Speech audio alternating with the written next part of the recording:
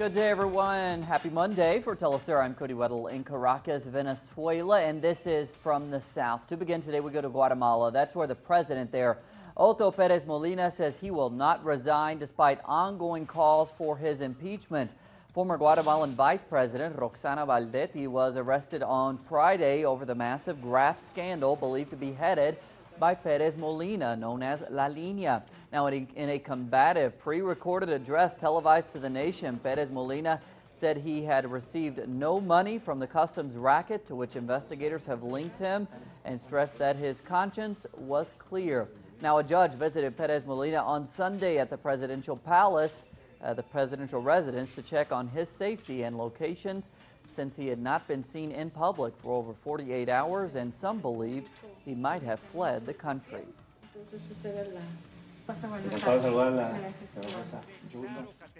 I declare categorically that I reject any link to the scandal of having received money from the defrauding operation. My conscience in that sense is at peace. I will show my face to the nation's institutions and through the necessary process mandated by law that I have not been a part of, even less beneficiary of those ill-gotten funds that go against the Guatemalan people. Meanwhile, 7 members of President Pérez Molina's cabinet have resigned so far over the corruption scandal. The most recent have been the agriculture and health ministers who quit on Sunday. Now, this follows the resignation of 2 others on Saturday who said they could no longer serve in Pérez Molina's government.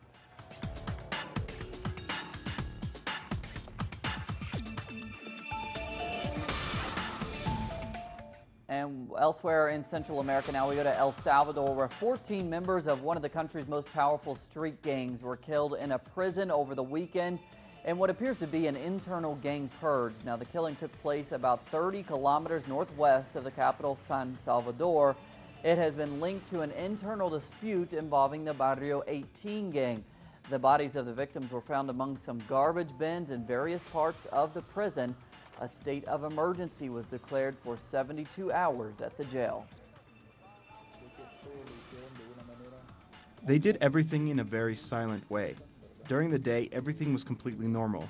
And, as I explained at 6 in the afternoon, that we started as we do every day to do the routine count.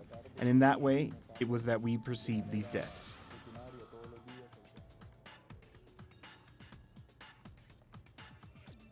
And still in El Salvador now, an opposition figure was arrested on Sunday alongside 4 gang members. The detainee has been identified as Alberto Romero, a bodyguard that worked for the right-wing Arena opposition political party. Now, the ruling leftist FMLN party has accused the opposition of collaborating with organized crime groups in order to foment instability in the country. To Venezuela now, where the government here, President Nicolas Maduro, is continuing with its security operations on the border with Colombia in efforts to put an end to paramilitary activity and the smuggling of goods. Now, the border crossing in the western Venezuelan state of Táchira has been closed indefinitely as both Venezuelan and Colombian officials look for ways to combat illegal activity. A meeting between Venezuelan Foreign Minister Delcy Rodriguez and her Colombian counterpart Maria Holguín is set to take place this Wednesday. Meanwhile, Venezuelan security officials continue to operate in the region.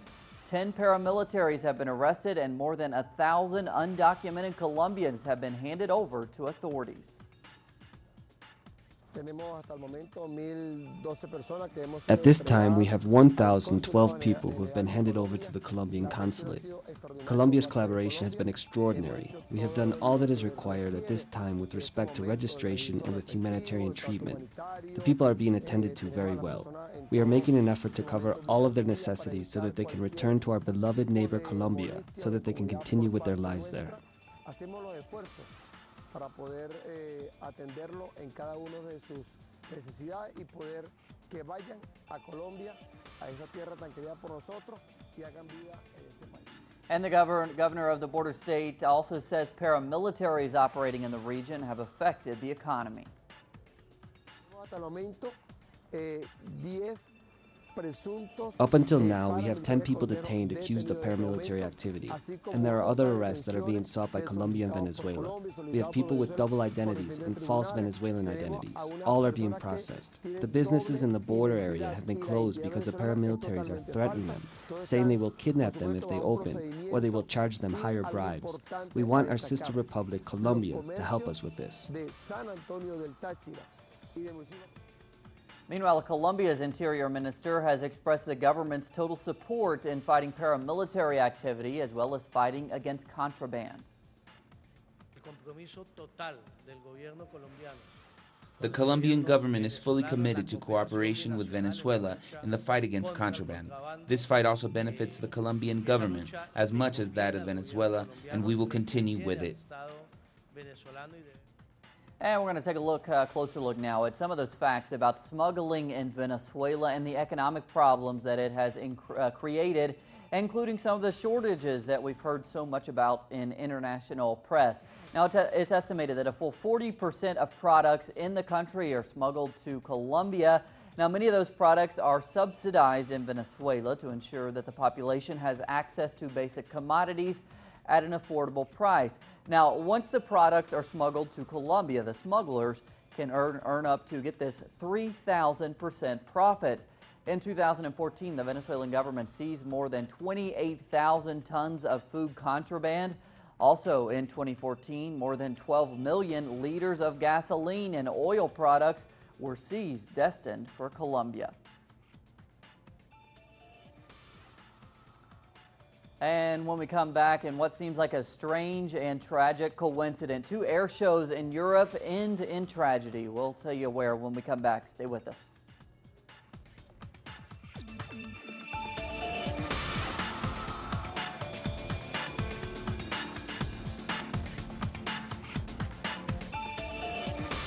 Discover Latin America and the world in our programs. Telesur Reports, The Real USA, the stories behind the tweets, Ataman, Lives, Know Your Body, Open Files, exposing the conflicts that affect our people, compelling personal stories, and the most controversial events. See it all on telesurtv.net in English. Telesur, wherever the news, you'll be there. An insight into Africa today with Bill Fletcher. The Global African, only on telesurtv.net in English. Wherever the news, you'll be there. The truth behind the power. We lift the lid on some of the world's most ruthless figures. Open File, only on telesurtv.net in English. Wherever the news, you'll be there.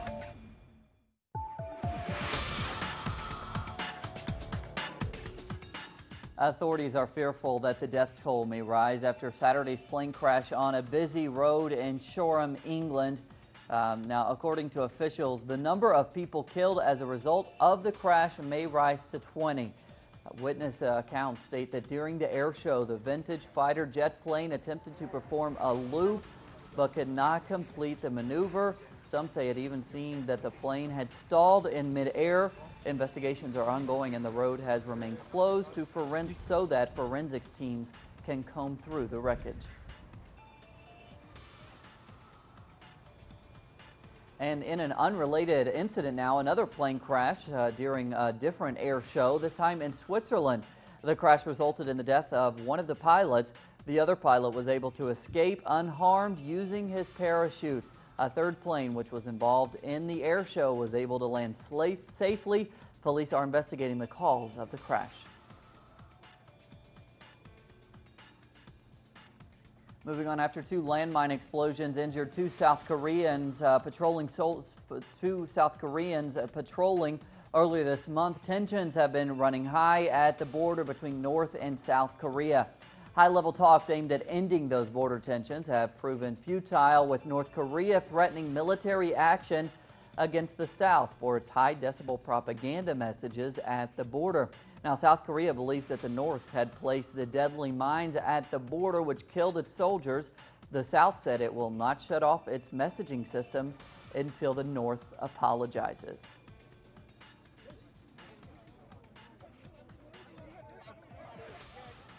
And anti-North Korean activists have begun protesting at the border, waving flags and placards with the face of North Korean leader Kim Jong-un.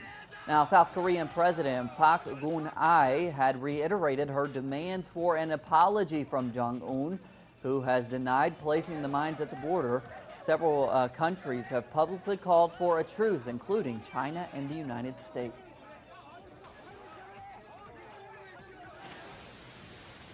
Daesh, the self-proclaimed Islamic State group, claimed Sunday that they had destroyed the Temple of Baal Shamin, one of the most important sites in Syria's ancient city.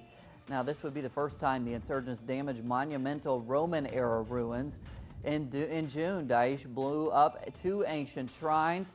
They also beheaded the city of Palmyra's head of antiquities a week ago. Former Greek finance minister Yanis Varoufakis met his former French counterpart Arnaud Montebourg to discuss anti-austerity measures at an event sponsored by the French Socialist Party on Sunday. Now, Varoufakis said that he has never been a member of Syriza because Alexis Tsipras never let him. And he also accused the prime minister of falling prey to his ego and abandoning his supporters. I never was a member of Syriza. Alexis Tsipras never let me be one. He thought that I would serve his government more efficiently if I was outside the shenanigans of the party. My soul is with Syriza, and my soul is broken up by the division that the 12th of July capitulation has caused. Over 100 unaccompanied minors have been brought to shore in Palermo, Italy, along with hundreds of other migrants after being rescued at sea over the weekend. Now, the minors, aged between 14 and 17, had no family members with them. They were separated from the other migrants as they arrived and taken to special holding centers where their needs can be more adequately addressed. Italian emergency service workers said they are alarmed about the increase of unaccompanied minors being picked up at sea as the flow of migrant traffic continues across the Mediterranean.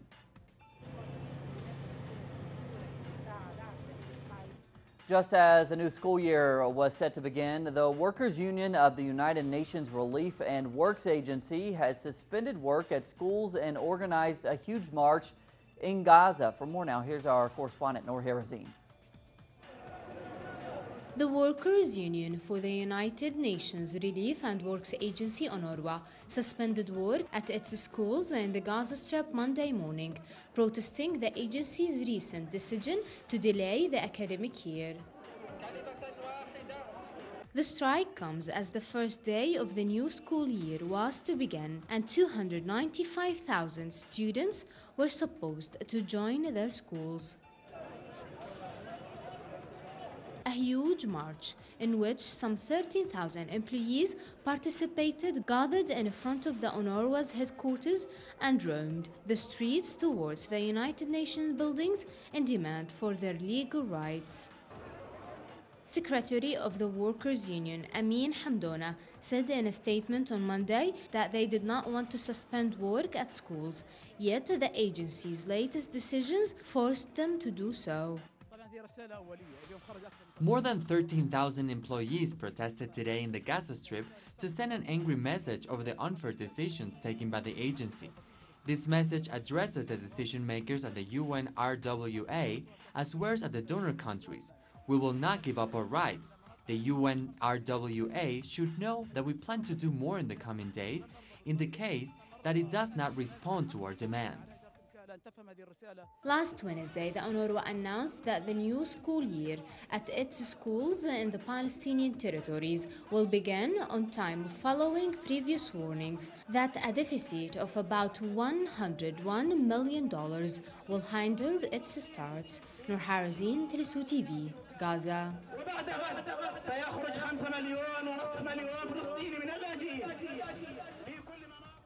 And we go to the United States now, where the Colorado River remains under a state of emergency after that toxic mine spill. We have more on that environmental tragedy there in our environmental segment, Green Zone.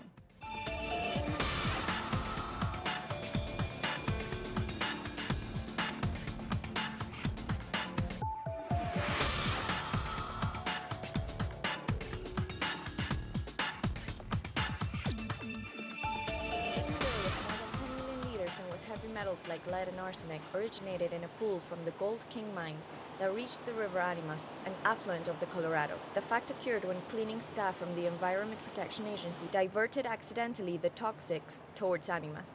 The channel, naturally a clay color and now mustard tone, is a danger to human health. The authorities agreed to maintain the two rivers closed to fishing and recreation and ban the use of water to drink or water plants.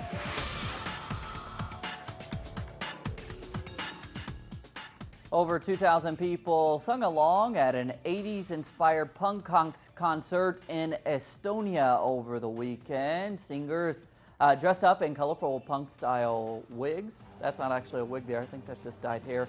And alternative clothing for the event entitled Touch by Brain. Now, the concert transmits a message of freedom, encouraging people to think on their own and in accordance with their own beliefs. The punk style used by the participants represents the energy of an era of liberation and anarchy. The concert happens every 4 years.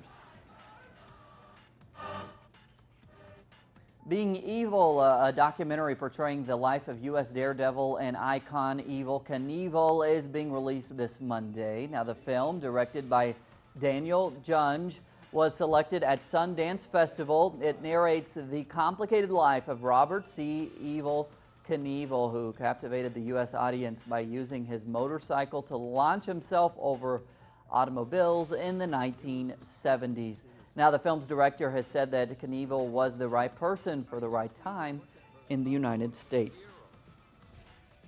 The right guy at the right time. I mean, our country was in a real malaise in the 70s, and here was a guy who was a throwback who said, anything you want to do, you can do it. That was his message. And also, when I say I'm going to do something, I'm going to do it. And we needed that, especially as kids. I think we needed that.